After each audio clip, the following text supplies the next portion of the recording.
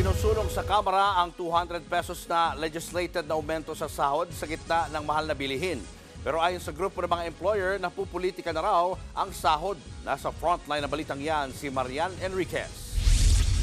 Si House Speaker Martin Romualdez na mismo ang nagsabi, 200 pesos ang gusto niyang aumento sa daily minimum wage.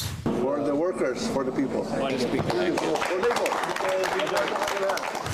Nakipagpulong si Romualdez at ilang mambabatas sa mga labor leader para sa isinusulong na legislated wage increase. Mahigit 3 dekada na raw mula noong huling naipasa ang ganitong batas.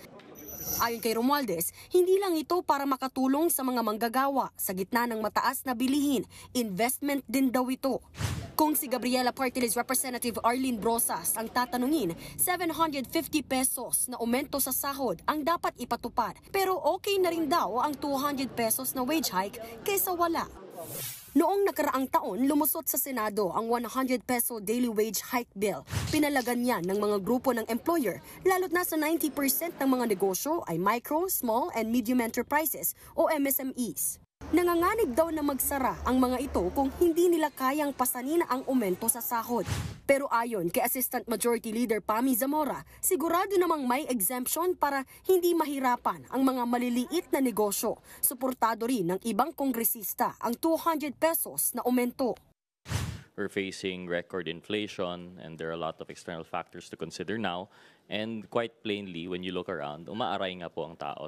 Mungkahi naman ng Employers Confederation of the Philippines o ECOP, mas maiging idaan na lang ito sa Tripartite Wage Board kaysa isa batas ang wage hike. Napopolitika lang daw kasi ito.